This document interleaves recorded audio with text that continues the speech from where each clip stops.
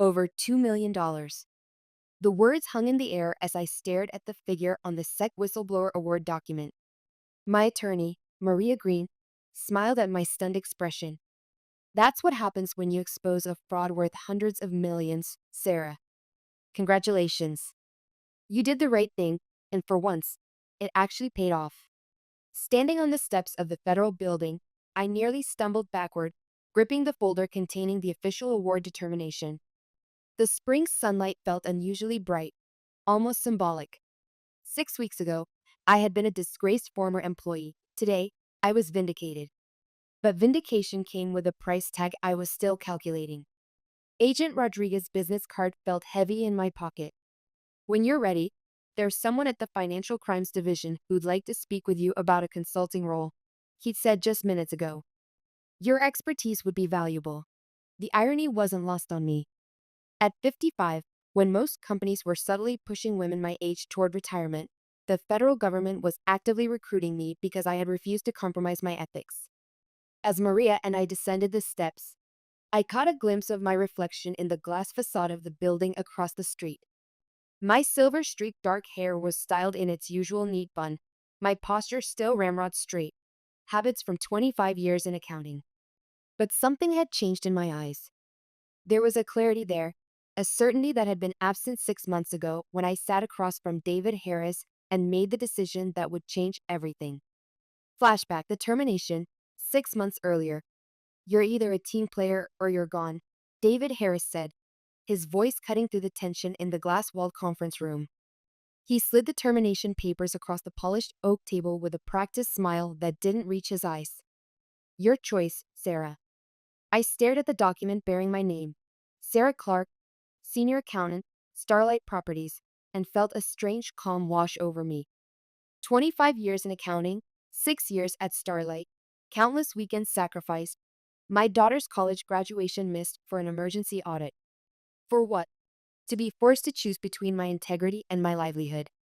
The family photo in my planner caught my eye, my daughter in her cap and gown at her high school graduation, the ceremony I had managed to attend before the divorce.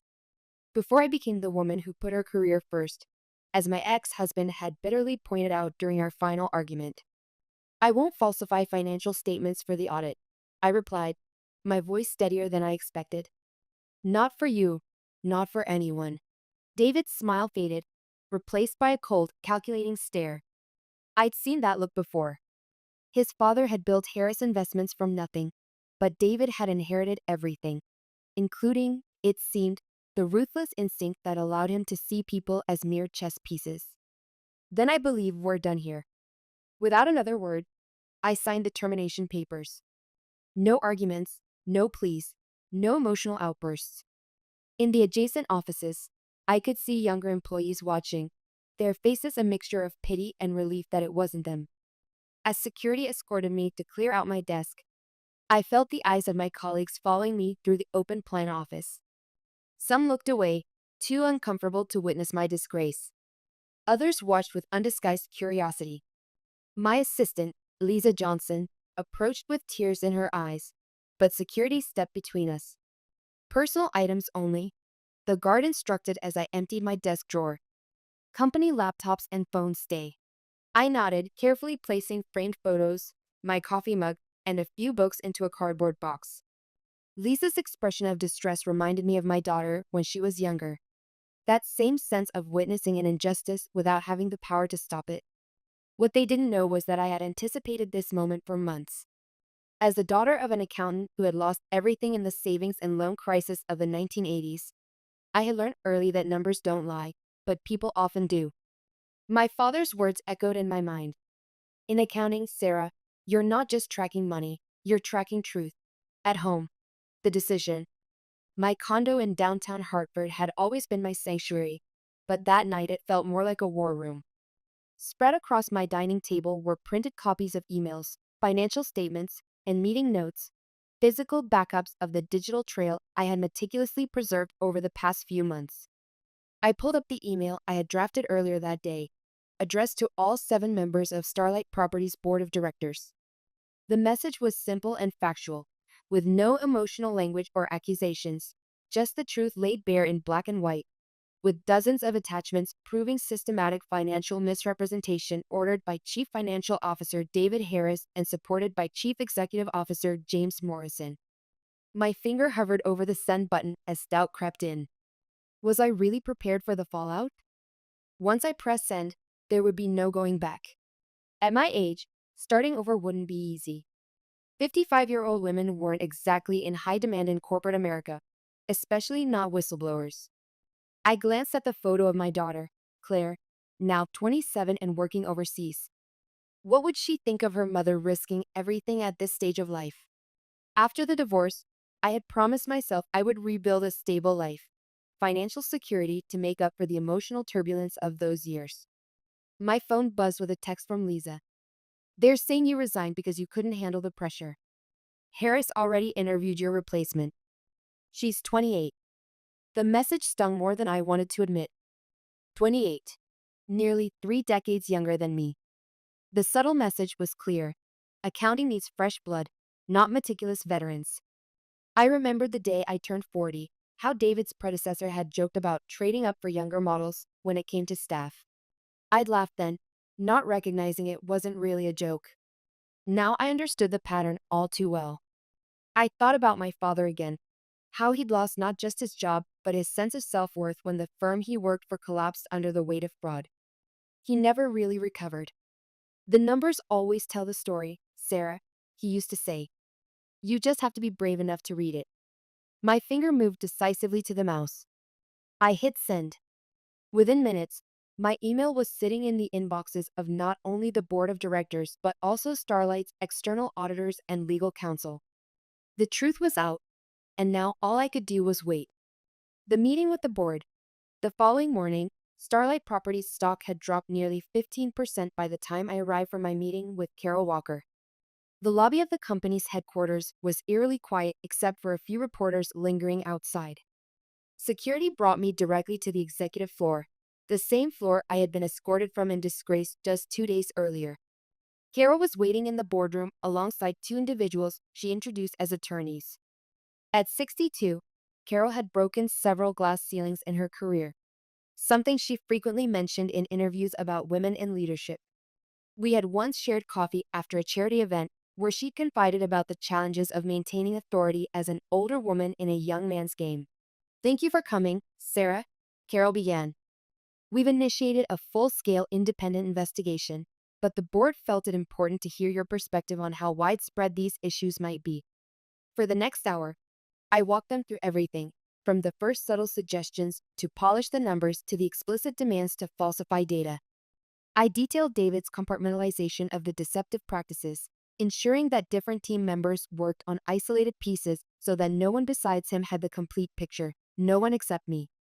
How many others do you believe were knowingly involved? One of the attorneys asked, taking careful notes. Based on direct evidence, I can only confirm David Harris and James Morrison, I replied. Several others may have suspected, but David was careful to maintain plausible deniability for most of the team. Carol leaned forward, her expensive silk blouse rustling slightly. Sarah, I'm going to be blunt. The board is prepared to offer you reinstatement with a substantial promotion and compensation increase. We need someone with your ethical standards and institutional knowledge to help us correct course. The offer caught me off guard. I had expected legal threats or perhaps a severance package with strings attached, not this. I appreciate the offer, I said carefully, but I'm not sure returning is the right move for either of us. Carol looked surprised. Women of our generation didn't typically turn down opportunity. We had been taught to grab any advancement offered, grateful for the recognition. Her perfectly manicured hand tapped the table, a sign of impatience I recognized from board meetings I had presented at. May I ask why? The compensation would be quite generous. Because the problems at Starlight go deeper than David and James, I said. The board has received quarterly reports for years. You approved executive bonuses tied to financial metrics that, in retrospect, were clearly implausible. Either the board failed in its fiduciary duty of oversight, or some of you were aware and chose to look the other way. The room fell silent. The attorneys exchanged glances, and Carol's expression hardened. That's a serious allegation, she finally said, her voice tight. It's an observation based on the financial data, which is my area of expertise, I replied. And it's why I believe my credibility as a whistleblower would be compromised if I returned to Starlight's payroll. As I walked out of Starlight for what I now knew would be the last time, I felt lighter. My mother used to say that the heaviest thing a woman carries is unspoken truth. For the first time in months, I was no longer carrying that burden. The threat. 3 weeks later, I was sitting in a downtown cafe with Andrew Parker, the investigative reporter whose coverage of the Starlight scandal had made national headlines.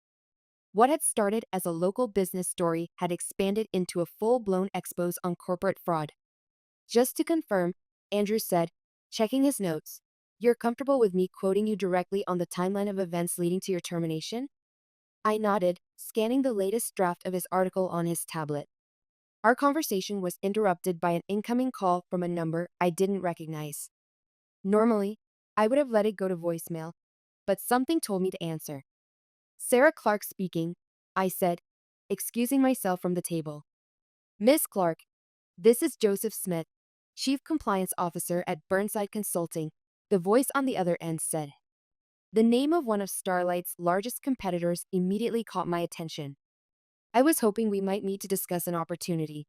I scheduled a meeting for the following day and returned to Andrew, who was watching me with undisguised curiosity. "Another job offer?" he asked.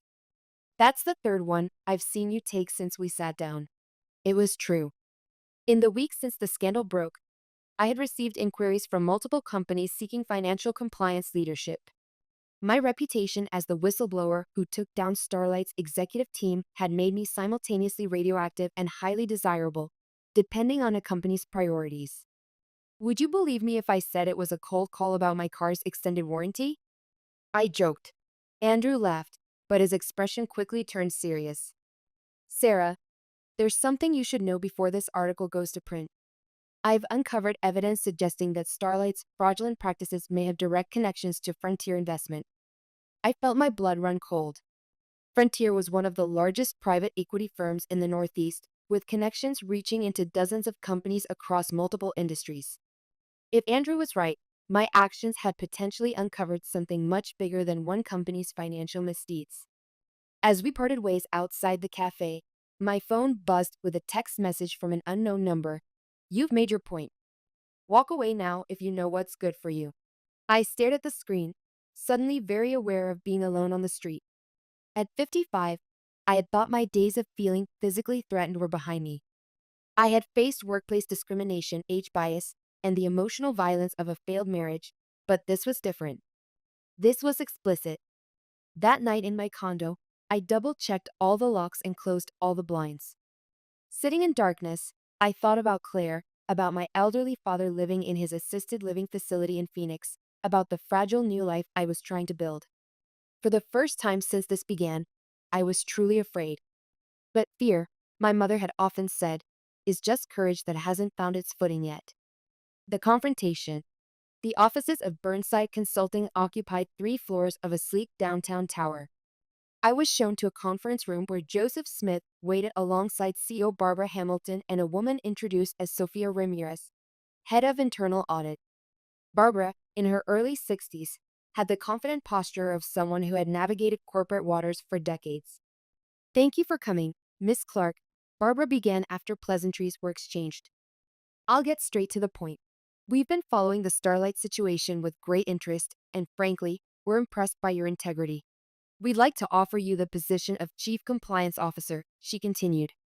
"The role would report directly to me with full board access and a substantial budget for staffing your department as you see fit." The offer was unexpected, not just a job, but a sweet position with significantly more authority and compensation than I had ever had at Starlight. I studied Barbara's face, wondering if she had faced the same pressures I had, if she too had been asked to compromise. "That's very generous," I replied carefully. "May I ask what prompted such a substantial offer to someone you've just met?" Barbara and Joseph exchanged glances. "Honesty?" "Fear," Barbara admitted. "Not of you, but of being the next Starlight. The regulatory landscape is changing." "Also," Sophia added, speaking for the first time, "I reviewed your work when we competed with Starlight on the Westridge Development Project last year. Your financial models were impeccable. Talent like yours is rare. Their transparency was refreshing, but something still felt off. I thought about Andrew's revelations and the threatening text. Before I consider your offer, I said, I need to ask a difficult question. What is Burnside's relationship with Frontier Investment Partners? The atmosphere in the room shifted instantly. Barbara's smile faltered, and Joseph's posture stiffened. They're a minority investor in some of our development projects, Barbara answered carefully. Why do you ask? Because I've received information suggesting Frontier may be linked to the same financial irregularities I uncovered at Starlight, I replied, watching their reactions closely. And I've recently received what could be interpreted as a threat warning me to stop investigating. Sophia leaned forward, her expression grave. What kind of threat? I showed them the anonymous text message. This is concerning, Joseph said after a moment, but I'm not sure what it has to do with our job offer. Everything, I counted. If I were to accept this position, I would need complete independence to investigate any potential issues, regardless of who they involve, including major investors. Barbara was quiet for a long moment before responding. Sarah, let me be candid. We're offering you this position because we want to ensure Burnside doesn't become the next financial scandal headline. If you have concerns about Frontier, that's something we should know about. Or, I suggested, you already know about Frontier's practices, and you're offering me this position to keep me close and controlled. The silence that followed was telling. I think we're done here, I said, gathering my belongings. Thank you for your time. As I walked toward the elevator, Joseph caught up to me. You're making a mistake, he said quietly. We genuinely need someone like you. Then prove it, I replied. Start by ordering a full internal audit of any projects involving Frontier, conducted by an independent firm with no ties to either company. When that's complete, we can talk again. I stepped into the elevator, leaving Joseph looking thoughtful in the hallway. As the doors closed, I couldn't help but wonder, was I turning down a legitimate opportunity, or had I just narrowly avoided walking into a trap set by the very people I was now investigating? Either way, at 55, I was finally learning a lesson it had taken me decades to grasp. The highest paying job offers can sometimes carry the steepest hidden costs. Epilogue. 1 year later, the pressure to compromise doesn't arrive all at once. I told the audience from the podium of the corporate ethics conference. It begins with small requests, rationalizations, and a culture that prioritizes results over methods. By the time someone asks you to commit outright fraud, you've often already been conditioned to say yes.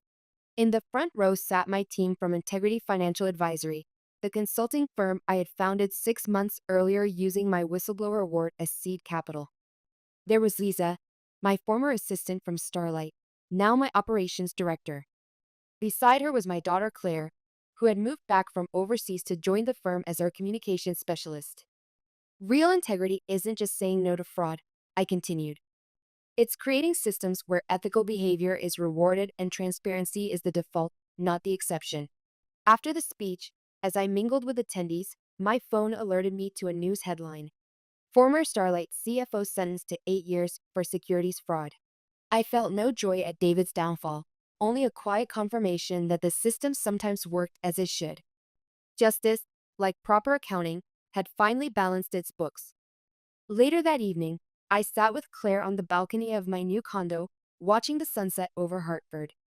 The past year had transformed not just my career, but my relationship with my daughter. Dad called, Claire said, sipping her wine. He saw your speech online. Said he was proud of you. I smiled, surprised by the comment from my ex-husband. That's unexpected. Not really, Claire replied. He always said you were the most principled person he knew. That's why the divorce was so hard on him. He could never live up to your standards. I had never thought of it that way.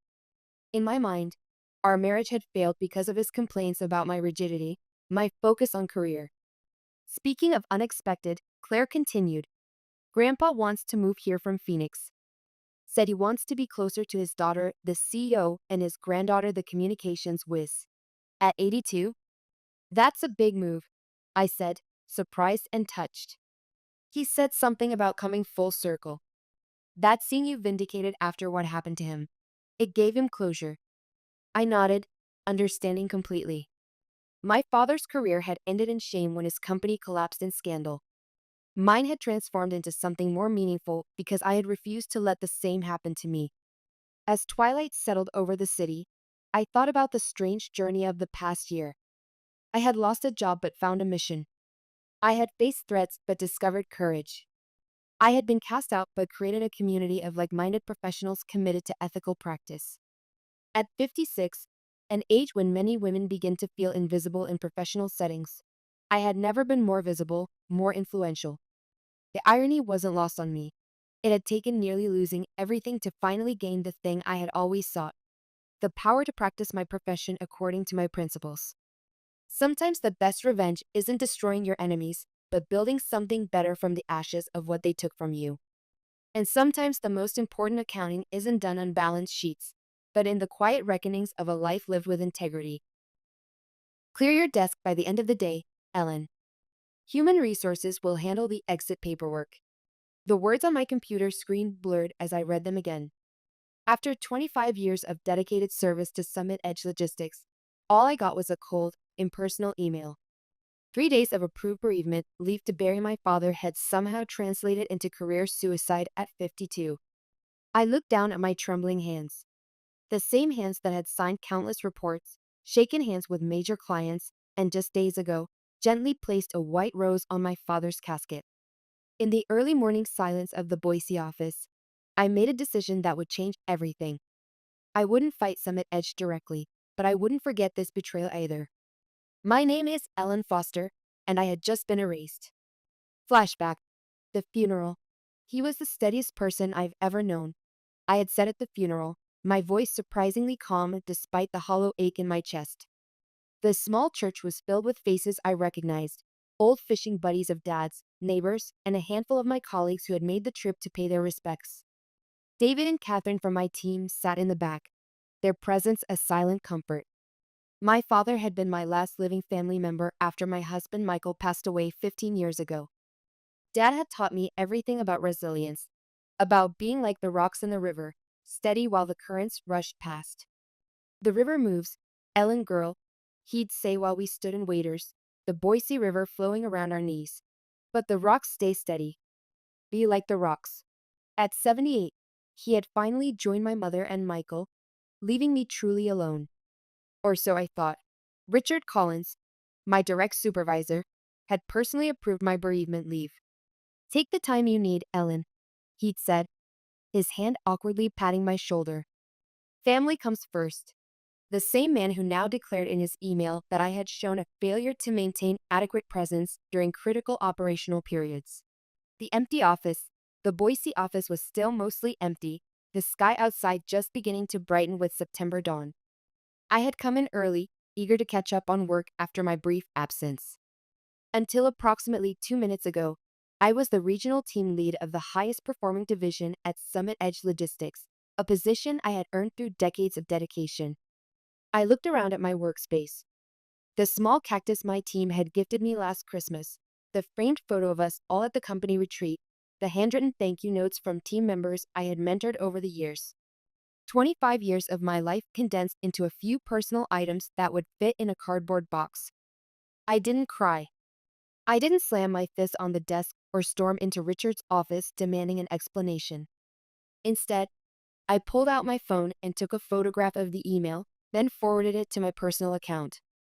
Then I shut down my computer, stood up, and began methodically packing my things. Flashback.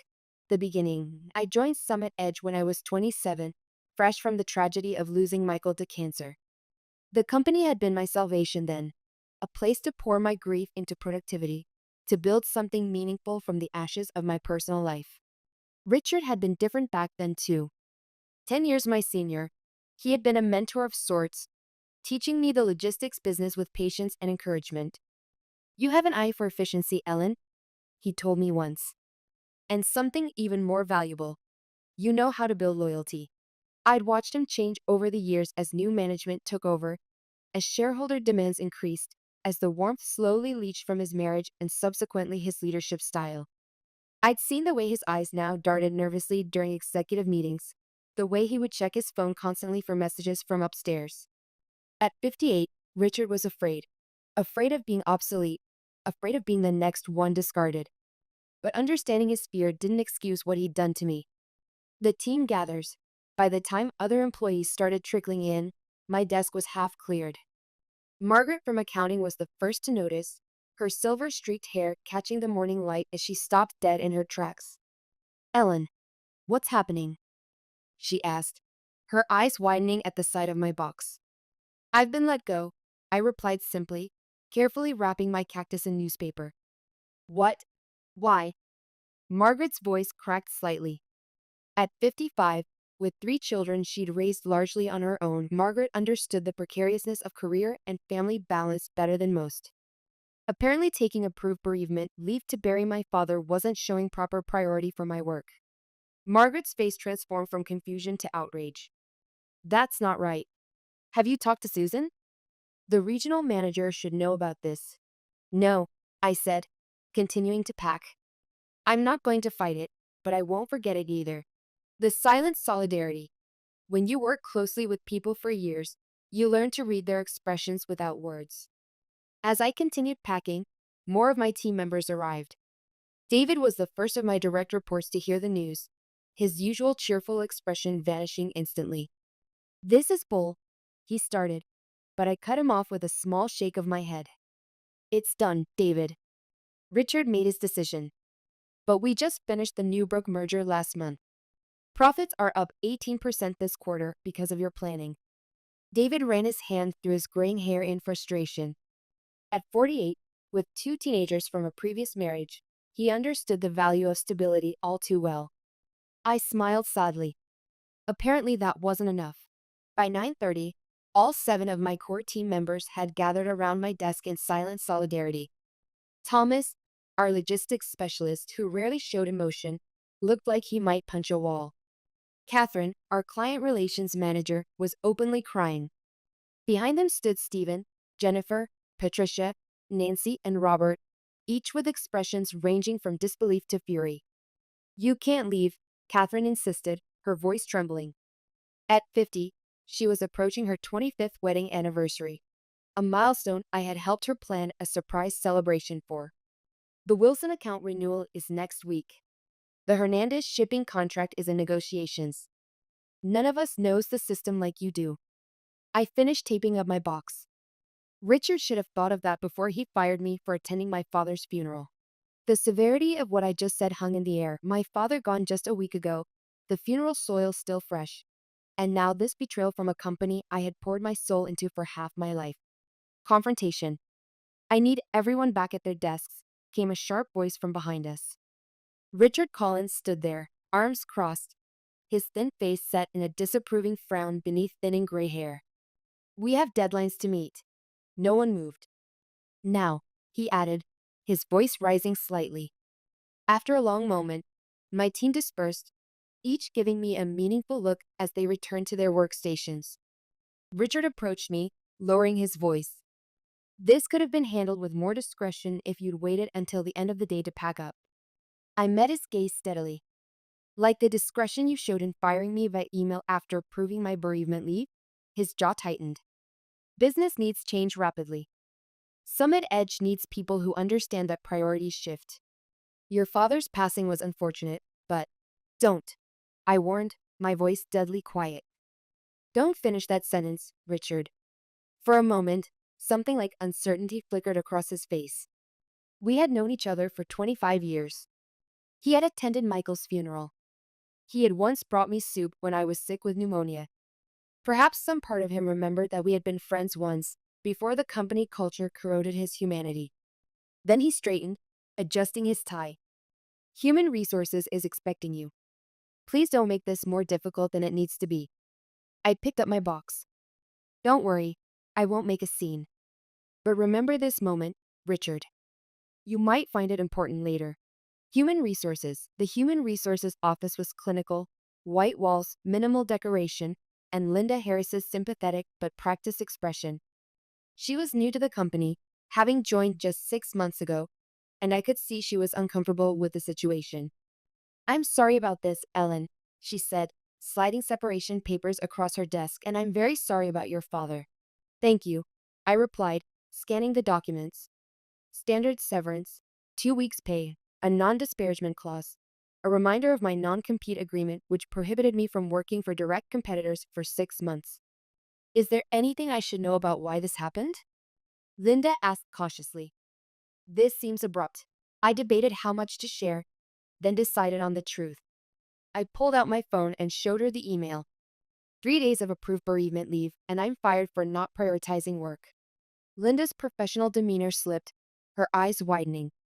At 45, she had the look of someone who had seen corporate injustice before, perhaps experienced it herself. This is the actual termination notice? Just an email? No performance improvement plan? No documented warnings? Nothing? She frowned, making a note on her legal pad. I need to verify some things with the legal department. Would you excuse me for a moment? The river view. While Linda stepped out, I gazed through the window.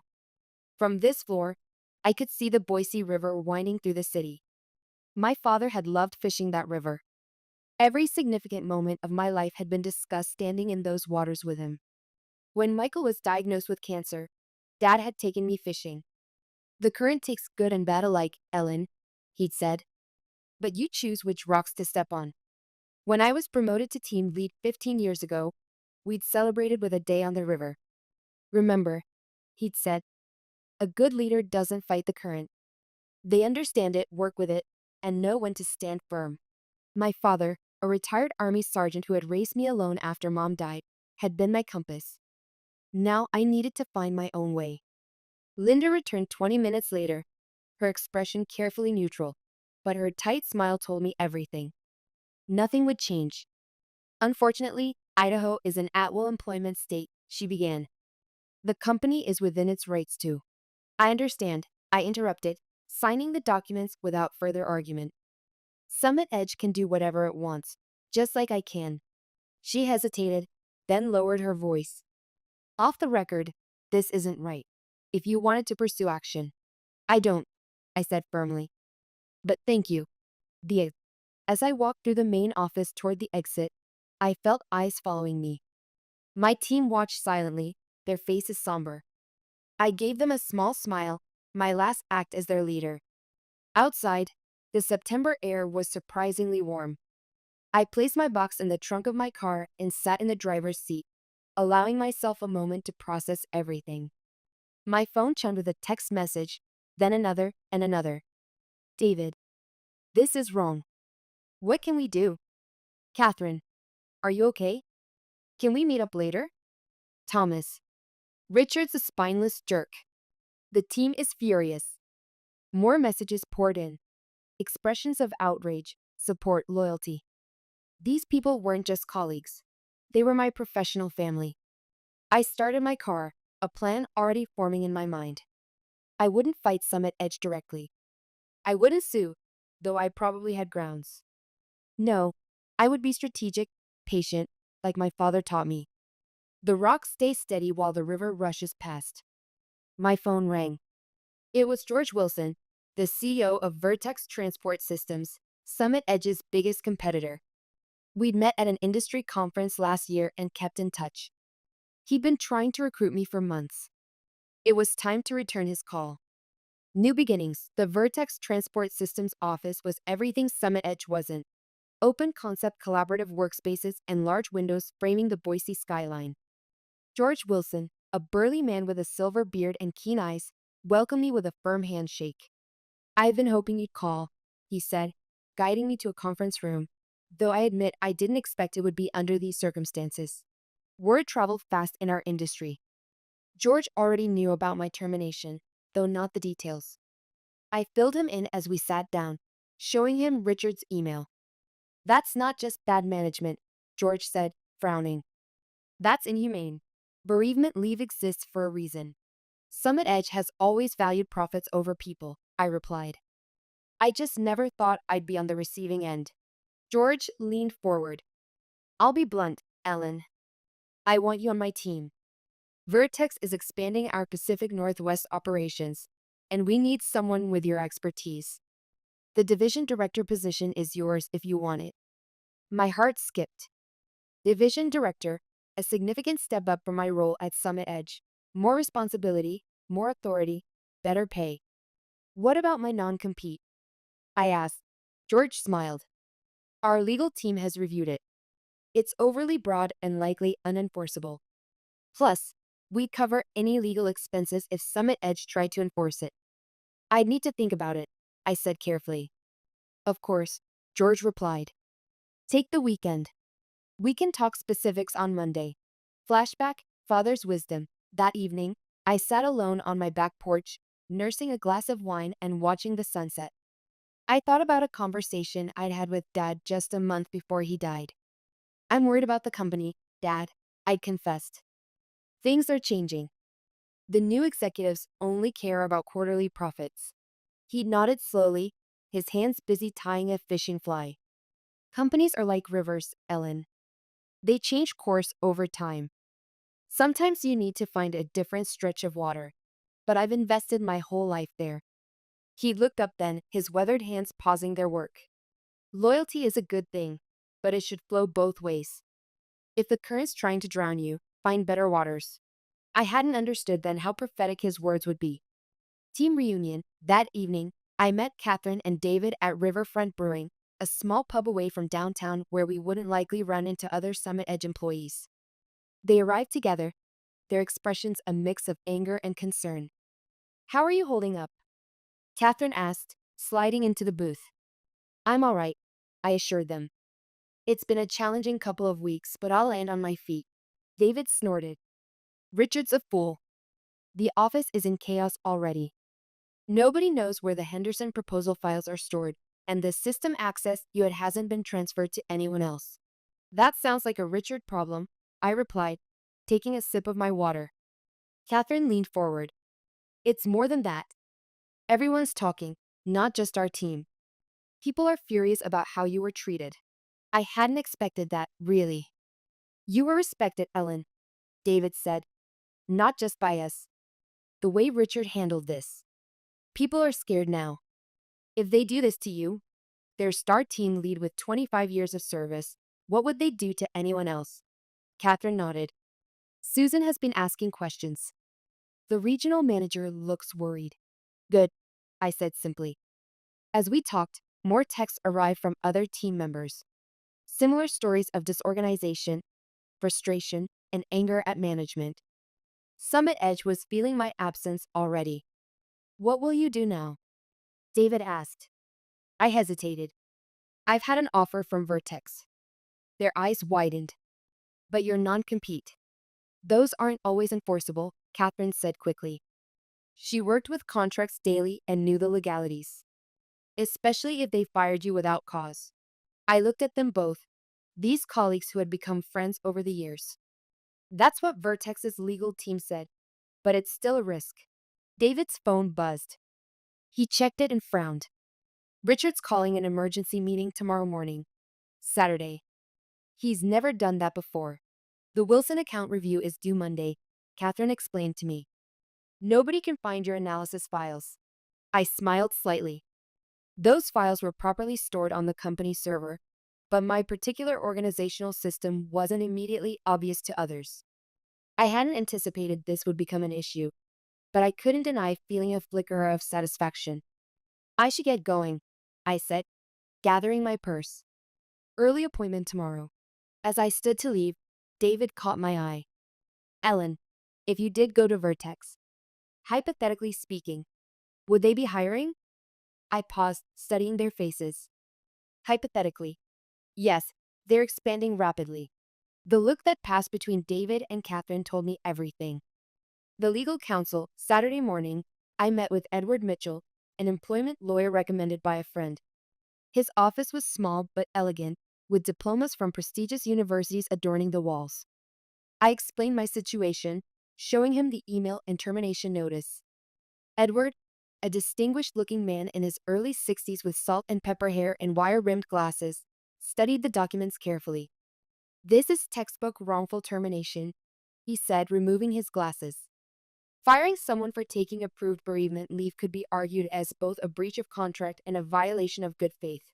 I'm not interested in suing, I clarified. I just want to understand my options regarding my non-compete agreement. Edward reviewed the document carefully. This is overly restrictive. 6 months prohibition on working for competitors within a 300-mile radius? That's essentially telling you to leave the industry or relocate. Is it enforceable? I asked. In Idaho, it's questionable, especially given the circumstances of your termination. Courts typically won't enforce non-competes when the employer acts in bad faith. He leaned back in his chair. What's your plan, Ellen? Vertex Transport Systems has offered me a position. Better title, better pay. Edward nodded. Summit Edge would have to prove that you're causing them actual harm by working there. Given that they terminated you, that's a difficult argument to make. He scribbled some notes. I'd say proceed with caution, but don't let this non-compete prevent you from earning a living. The decision over the weekend, my phone continued buzzing with messages from my former team. The emergency Saturday meeting had apparently been tense. Richard was pressuring everyone to take on additional responsibilities to cover my absence with no extra compensation. The Wilson account files had been located, but nobody fully understood my analysis methodology. By Sunday evening, I stood in my living room, looking at old photographs. Michael and me on our wedding day. Dad and me fishing. My team at last year's Christmas party. I ran my fingers over the faces of people who had shaped my life. At 52, I was facing a crossroads I hadn't anticipated. Starting over was daunting, but staying still wasn't an option. I thought about what Dad would say. Probably something about finding new waters when the old river turns toxic. Or maybe he'd just say what he always said when I faced a tough decision. Trust your gut, Ellen girl. It's gotten you this far. Monday morning, I called George Wilson. I accept your offer, I told him. But I have one condition. Name it, George replied. I want to build my own team. If my former colleagues from Summit Edge apply to Vertex, I want them to receive fair consideration. Absolutely, George agreed. If they're half as talented as you, we'd be lucky to have them. The new chapter. That afternoon, I signed my contract with Vertex, Division Director of Pacific Northwest Operations. The salary was 40% higher than what I'd been making at Summit Edge, with better benefits and a sign-on bonus.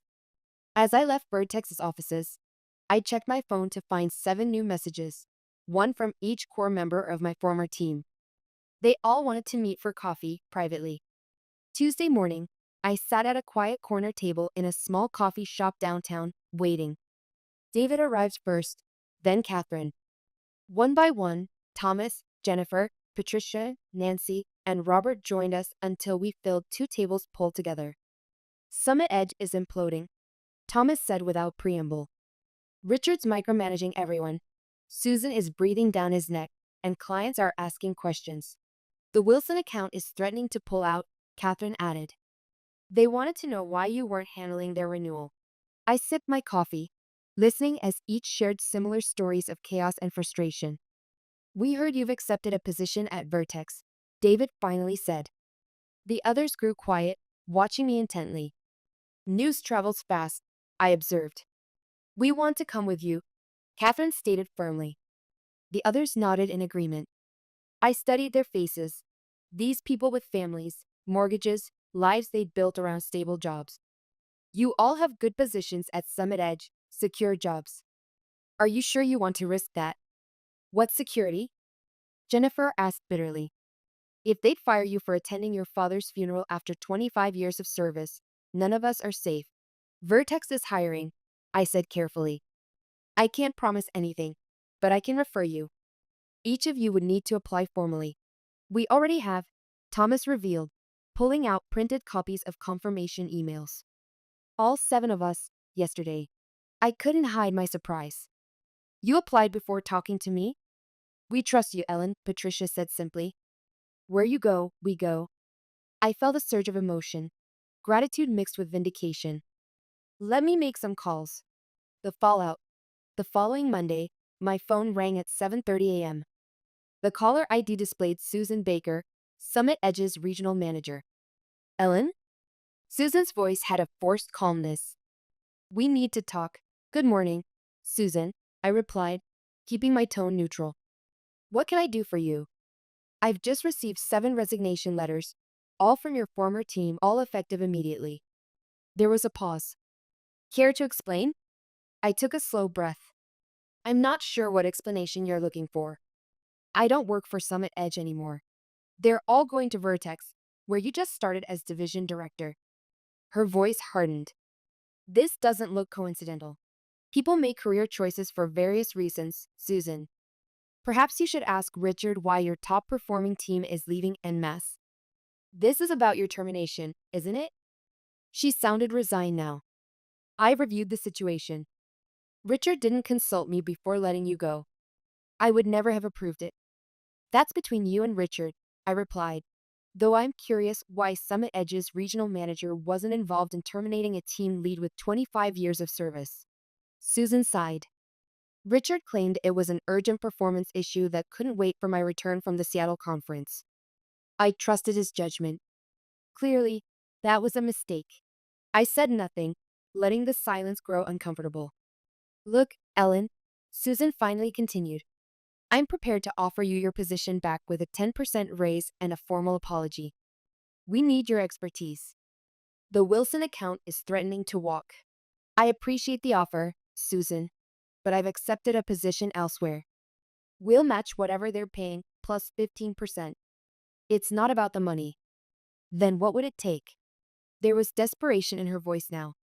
7 key employees walking out simultaneously is devastating. The operational knowledge alone. It would take time travel, I interrupted, going back to when my father died and Summit Edge showing basic human decency instead of punishing me for grieving. The line went quiet. I thought about Susan, 56, divorced, climbing the corporate ladder with single-minded determination. I wondered if she saw her own future in my situation. I need to go, Susan. I start my new position today, and I don't want to be late. Your non-compete, she began. Feel free to have your legal team contact mine, I replied evenly, though they might want to review the circumstances of my termination first. The rise. After hanging up, I drove to Vertex's offices, arriving early to prepare for the day. George met me in the lobby, beaming. We're considering all 7 of your former colleagues, he said. Their qualifications are impressive. Interviews start Wednesday. Thank you for giving them a fair chance, I replied. Fair chance, Ellen? They're top talent. Summit Edge's mistake is our gain. 2 days later, I received another call, this time from Linda in Human Resources at Summit Edge. I shouldn't be telling you this, she said quietly, but Richard has been placed on administrative leave pending review. Susan is launching an investigation into management practices, particularly around bereavement and time-off policies. That's good to hear, I said genuinely. The board of directors is involved now, Linda continued. Losing an entire specialized team to a competitor has triggered alarm bells. They're reviewing all terminations from the past year.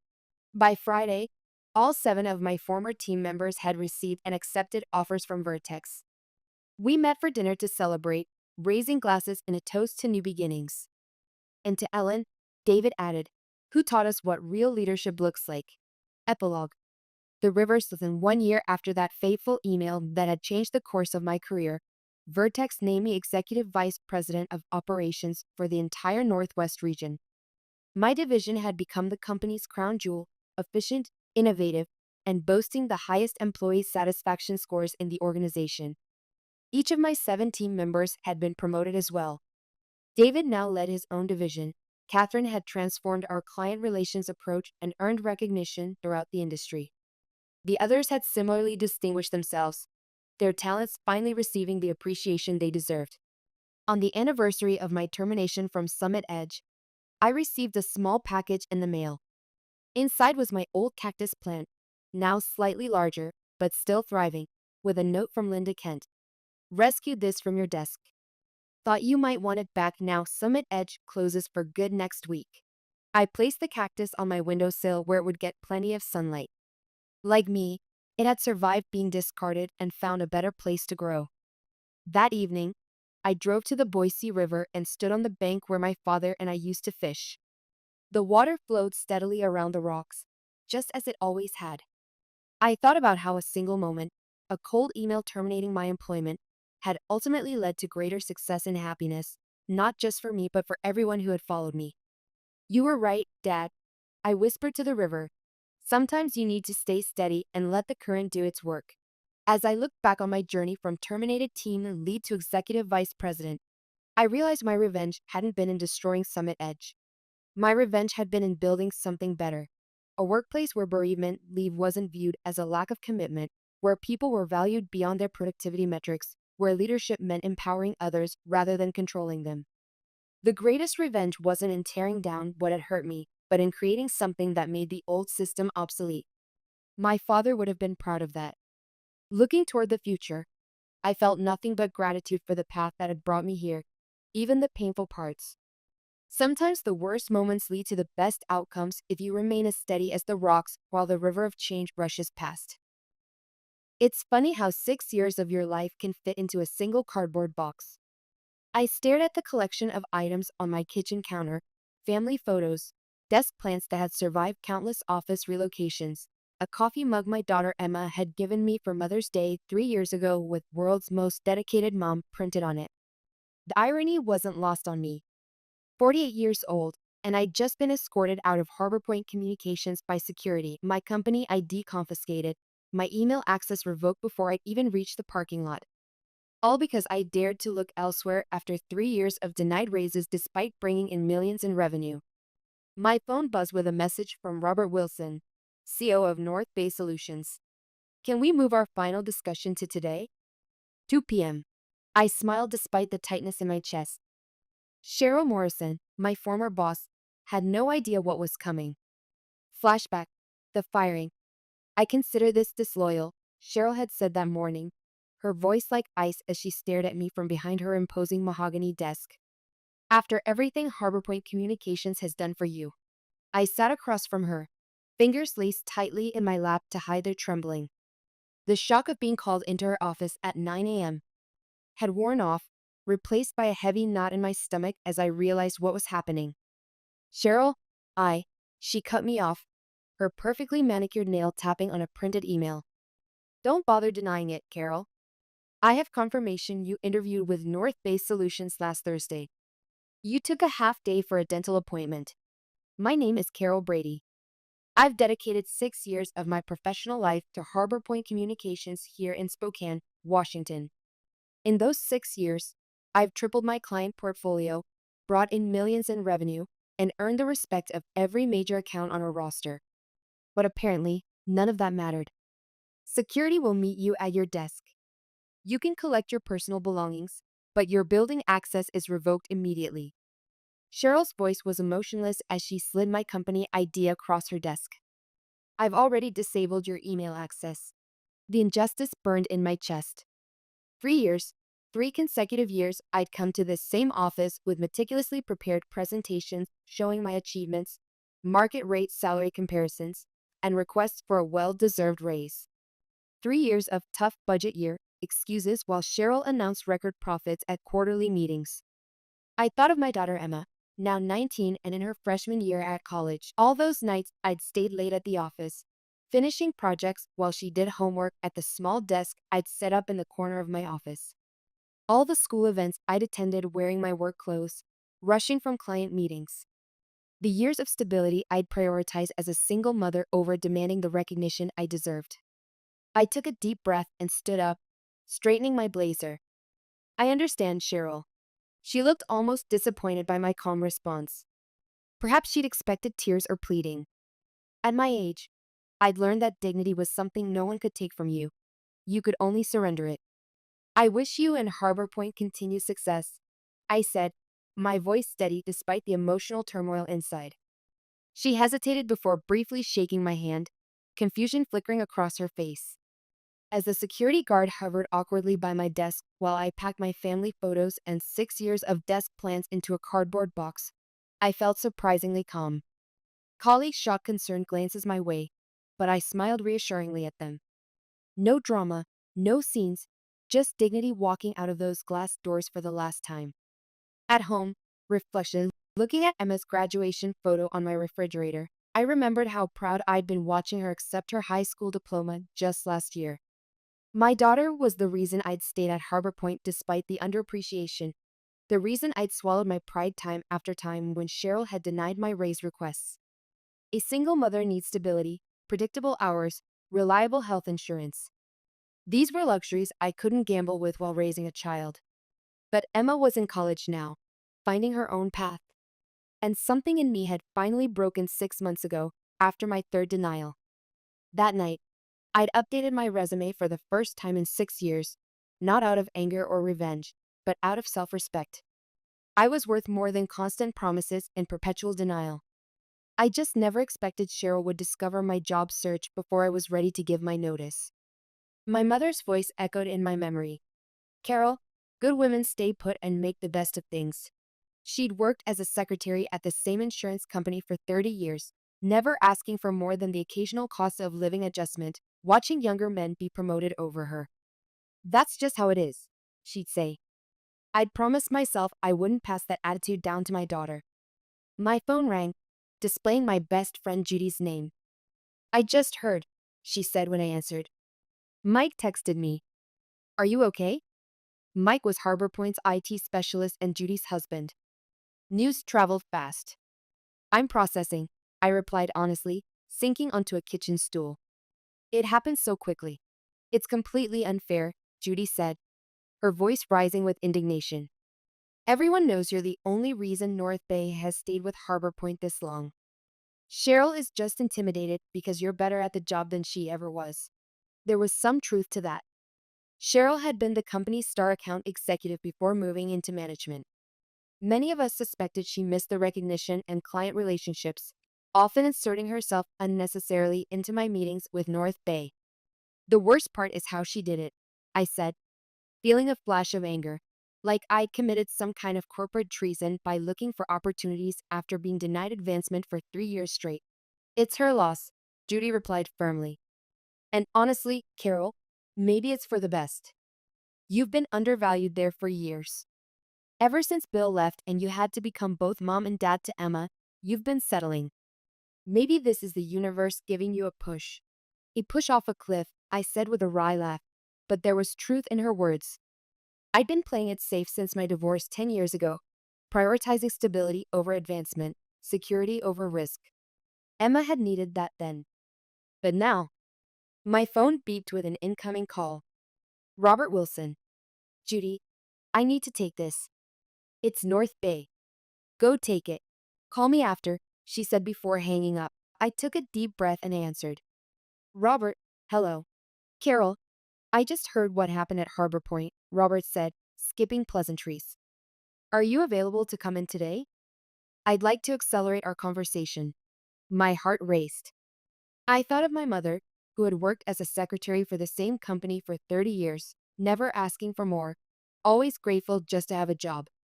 I thought of my daughter, watching me all these years, learning what a woman should expect from her career. Yes, I can be there at 2 p.m. as you suggested. Excellent. And Carol, don't worry about what happened this morning. Sometimes these things have a way of working out for the best. After hanging up, I stared at my reflection in the kitchen window. The woman looking back at me wasn't defeated. She was being set free. The interview. The North Bay Solutions headquarters occupied the top 3 floors of a gleaming glass building in downtown Spokane. Unlike Harbor Point's dated office with its beige walls and aging furniture, North Bay embraced modern design, open spaces, collaborative pods, and walls of windows showcasing mountain views. As I rode the elevator to the 30th floor, I mentally rehearsed what I would say. I'd need to explain my sudden availability without sounding bitter about Harbor Point. Professionalism was key, even when discussing uncomfortable situations. The elevator doors opened to reveal Robert Wilson himself waiting in the reception area. Carol, he greeted me warmly, extending his hand. Thank you for coming on such short notice. Robert was 55 with salt and pepper hair and a reputation for being both brilliant and fair, qualities I'd come to appreciate during our 3 years of working together. I appreciate the flexibility, I replied, shaking his hand firmly. It's been an unexpected day. Let's talk in my office, he said, leading me through the bustling workspace. Several North Bay employees I knew from our account work waved or nodded as we passed. Robert's corner office was modest compared to Cheryl's showpiece, but infinitely more welcoming, with comfortable seating arranged for conversation rather than intimidation. Coffee? He offered. Please. Once we were settled with steaming mugs, Robert got straight to the point. I received a call from Cheryl Morrison this morning, he began. She informed me that you would no longer be handling the North Bay account and that she would personally oversee our business until a replacement was assigned. I nodded, keeping my expression neutral despite the small flare of anger. Of course, Cheryl would try to retain their biggest client herself. What she doesn't know, Robert continued, is that we were already concerned about our relationship with Harbor Point. This surprised me. Concerned? The latest campaign results exceeded projections by 23%. The results were excellent, he agreed, because of your work. But we've noticed changes at Harbor Point over the past year. Delayed responses, quality issues with anyone except you, and frankly, a sense that they're taking our business for granted. He set down his coffee mug and leaned forward. 3 months ago, our board suggested we explore other marketing partners. I resisted because of our relationship with you. You've consistently demonstrated an understanding of our brand and business needs that goes beyond the typical client-agency relationship. My mind raced. Was he saying what I thought he was saying? When you reached out about potential opportunities here, Robert continued, it felt like perfect timing. But I need to be clear about something. We were never planning to poach you. We respect professional boundaries too much for that. We were prepared to wait until you gave proper notice at Harbor Point. I was planning to give 2 weeks' notice, I said, feeling it was important he knew that once I had a firm offer. Robert smiled. I believe you. Your professionalism is one of the reasons we're having this conversation. Cheryl's decision this morning simply accelerated our timeline. He opened a folder on his desk and slid a document across to me. This isn't an interview, Carol. It's a job offer. Director of Client Strategy. You'd be building and leading a team to manage all our external marketing partnerships and agency relationships. I glanced down at the paper, and my breath caught when I saw the salary figure. It was nearly double what I'd been making at Harbor Point, more than I would have even asked for in my most recent denied raise request. This is very generous, I managed. It's market rate for someone with your experience and proven results, Robert corrected. At your age, with your track record, this is what you should be earning. Sometimes it takes leaving a situation to realize what you're truly worth. The words hit me like a revelation. For years, I'd internalized the message that I should be grateful just to have a job that accommodated my life as a single mother. Had I allowed myself to be undervalued not just by Cheryl, but by my own diminished expectations? I'll be honest with you, Robert. Part of me hesitated to even apply. I kept hearing this voice saying I was too old to start over, that I should be grateful for what I had. That voice is wrong, he said simply. The experience you've gained, not just in marketing, but in life, that's exactly what we need. Youth has energy, but it lacks perspective. You know how to navigate complex relationships, how to anticipate problems before they arise. That's not something you can teach in business school. The offer letter sat on my kitchen table that evening, signed and ready to be returned tomorrow. I'd asked Robert for the night to review everything, though we both knew my answer would be yes. Still, taking time to consider major decisions was a professional courtesy I extended even when the answer seemed obvious. My phone had been buzzing all afternoon with texts from former colleagues at Harbor Point. Word of my firing had spread quickly, followed by rumors about my meeting at North Bay. I'd responded to a few close coworkers but avoided getting drawn into office gossip. A text from Mike came through. Cheryl called an emergency meeting after you left. Told everyone you were terminated for breach of company loyalty and that we should all remember that Harbor Point rewards loyalty above all. The irony wasn't lost on anybody. I shook my head. Cheryl was trying to make an example of me, but from Mike's message, it seemed her approach might be backfiring. Another text arrived, this one from Amy, our receptionist. She's been locked in her office making calls all afternoon. Looks stressed. Guess someone's worried about North Bay. I didn't respond. There was no satisfaction in Cheryl's distress, only a renewed certainty that I'd made the right decision to look elsewhere. A company culture that valued loyalty but offered nothing in return wasn't what I wanted to be part of anymore. I poured myself a glass of wine and called Emma. After telling her what had happened, I waited for her reaction. Mom, that's fantastic. Her enthusiasm surprised me. I've always thought you were too good for that place. Remember when I used to do homework in your office and Cheryl would come in with just one more thing at 6:30 p.m.? I hated how she treated you. I hadn't realized Emma had noticed those moments. You never said anything, because I knew you needed that job for us. But now, Mom, you're amazing at what you do. It's about time someone recognized that. I felt a lump in my throat. My daughter, who had watched me compromise year after year, had seen my worth all along. And now, instead of teaching her to settle, I could show her what it meant to stand up for yourself. My phone rang, an unknown number. Curious, I answered. Carol Brady speaking. This is Margaret Wallace. I'm on the board at Harbor Point Communications. My stomach tightened.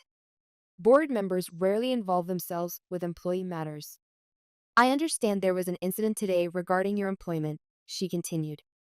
I'd like to meet with you tomorrow to discuss it. Cheryl may have been hasty in her decision. So that was it. Cheryl had fired her most valuable account manager without board approval, and now North Bay was potentially walking. Damage control.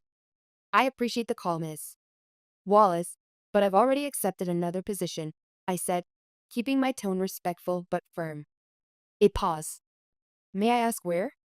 I don't think that would be appropriate to share at this time. Another longer pause. Carol, if this is about compensation, I'm sure we can revisit those conversations.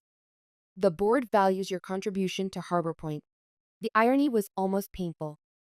3 years of documented, rejected requests for appropriate compensation, and now suddenly the board valued my contribution.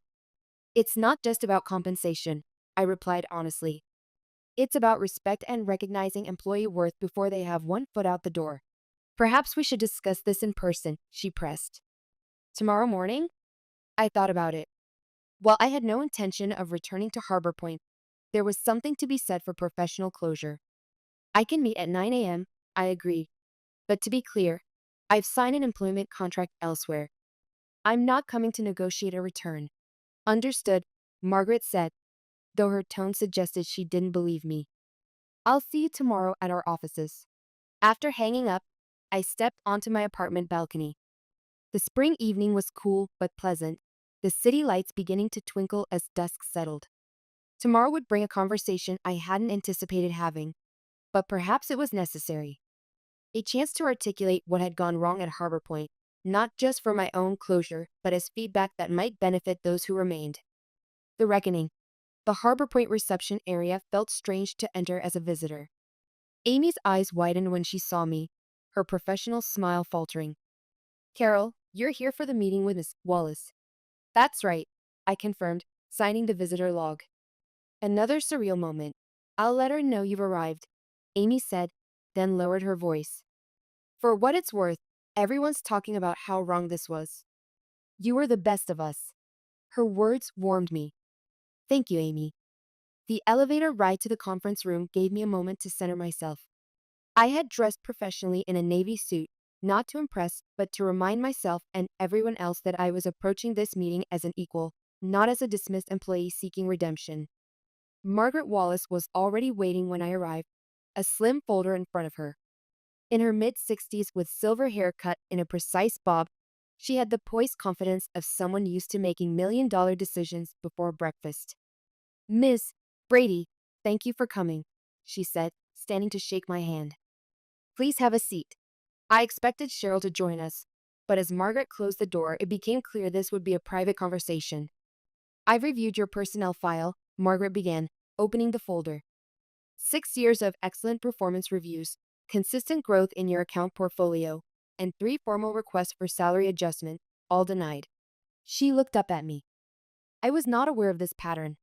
This surprised me. I assumed compensation decisions were reviewed at the board level. Major compensation changes, yes, but management has discretion within certain parameters.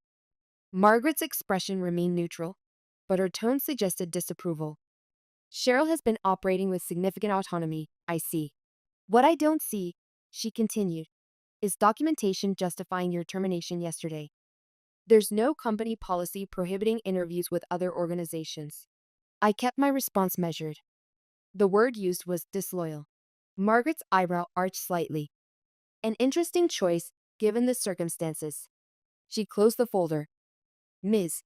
Brady, I'll be direct. The board would like to offer you reinstatement with the adjusted compensation you requested in your last review plus a 10% increase and the title of Senior Account Director. The offer was better than anything Cheryl had been willing to consider, but it came 3 years and one humiliating dismissal too late. That's a generous offer, I acknowledged. But as I mentioned on the phone, I've already accepted a position elsewhere, at North Bay Solutions. I see, Margaret stated, not asking further. I didn't confirm or deny, maintaining professional boundaries. My new role begins Monday. Margaret studied me for a moment. Cheryl is concerned North Bay may reconsider their relationship with Harbor Point given your departure. And there it was, the real reason for this meeting. Not concern for how I'd been treated, but fear of losing a major client. That would be a question for North Bay, I replied carefully. Indeed, Margaret nodded, seeming to appreciate my discretion. One last question, if I may. What could Harbor Point have done differently to retain you? The question was unexpected but welcome. I took a moment to consider my response, thinking not just of myself but of all the others like me, women in their 40s and 50s who had so much to offer but were often overlooked. When I came here, I was a single mother with a teenage daughter, I began. I needed stability, and I was grateful for that. But gratitude shouldn't be confused with lack of ambition or value. I stayed loyal to Harbor Point for years, putting the company's needs above my own advancement, believing that dedication would eventually be recognized and rewarded. I leaned forward slightly. For 3 years, I presented documented evidence of my contributions and market comparisons for fair compensation. Each time, I was told to wait. Meanwhile, I watched younger colleagues with less experience and fewer responsibilities receive promotions and raises.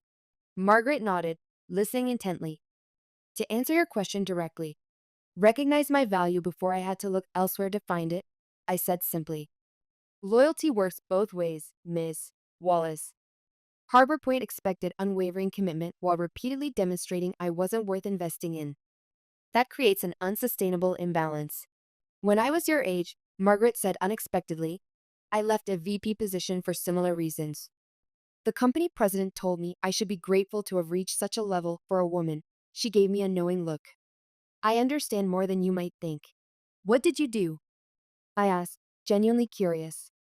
I started my own consulting firm, she said with a small smile. 5 years later, I was invited to join Harbor Point's board, partly because of the perspective I brought from having been on both sides. The irony wasn't lost on me then, either. She stood, extending her hand. Thank you for your candor, Carol. Whatever your next steps, I wish you success. Walking out of Harbor Point for the second and final time, I felt lighter than I had in years. This meeting hadn't been about giving me a second chance. It had been about giving me a chance to reclaim my narrative, to leave on my terms with my dignity and professional reputation intact. I'd been granted an unexpected gift. Closure. New beginnings. Monday morning arrived with a mixture of excitement and nervousness. My new position at North Bay Solutions officially began today, and with it, a fresh chapter in my professional life. I arrived early, eager to settle into my new office. A real office with a door and windows, not the cramped cubicle I'd occupied at Harbor Point. Despite my senior role, Robert had arranged for everything to be ready, including a welcome basket and technology setup. At 9 a.m., he stopped by to introduce me to my new team, 5 talented marketing specialists who would be working under my direction to manage North Bay's various agency relationships. The irony wasn't lost on me. I'd gone from managing a single account to overseeing all marketing partnerships, including whoever would now handle the Harbor Point relationship. Team, this is Carol Brady, our new director of client strategy, Robert announced. Many of you already know her from her exceptional work at Harbor Point Communications. We're fortunate to have her expertise in-house now.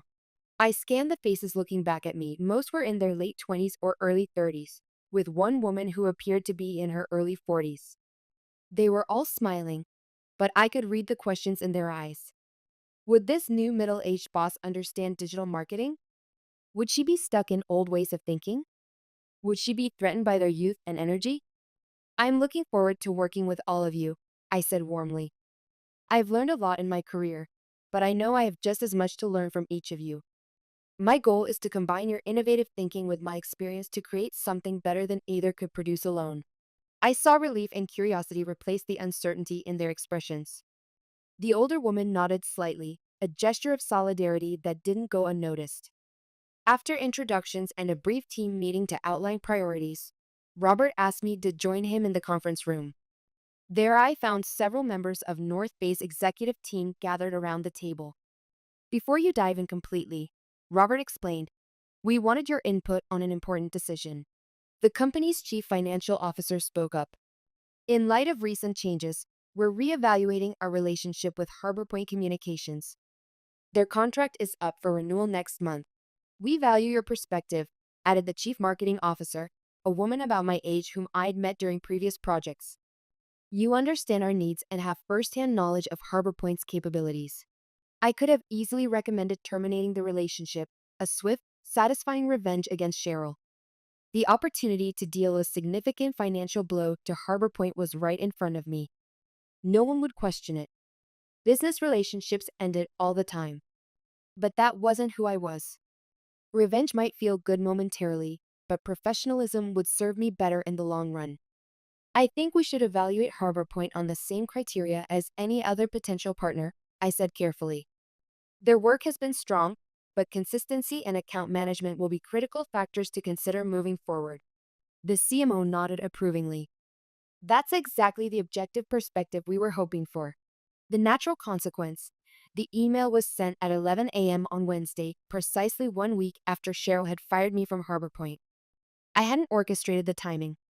It was simply when North Bay's executive team finalized their decision after reviewing proposals from 3 competing agencies.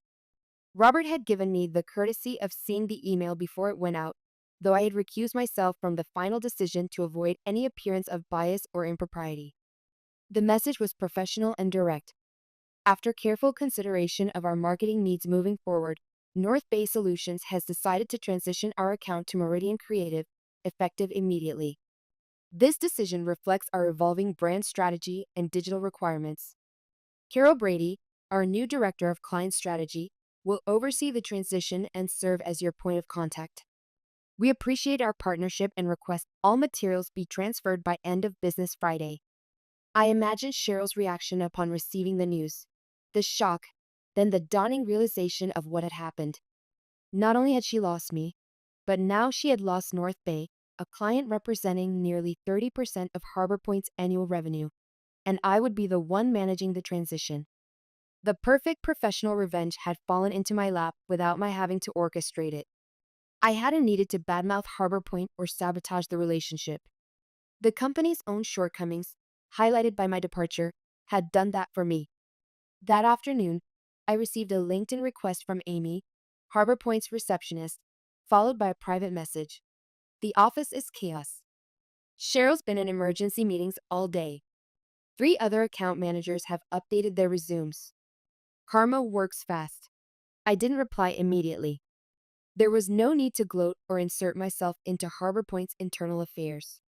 Instead, I focused on building my new team and establishing our processes. Success, after all, was the best revenge.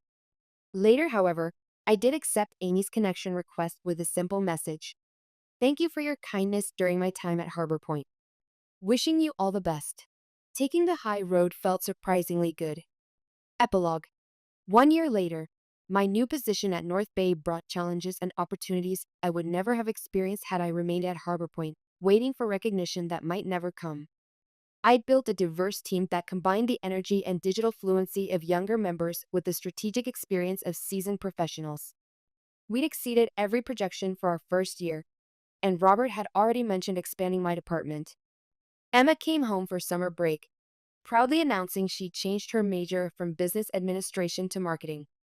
"I want to be like you, Mom," she'd said. "Not just successful, but respected. I want to work somewhere that values what I bring to the table."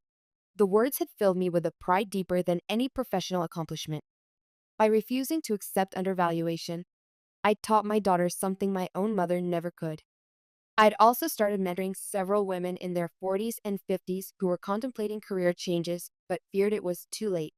One of them, Janet, had just accepted a director level position after 15 years as an assistant manager.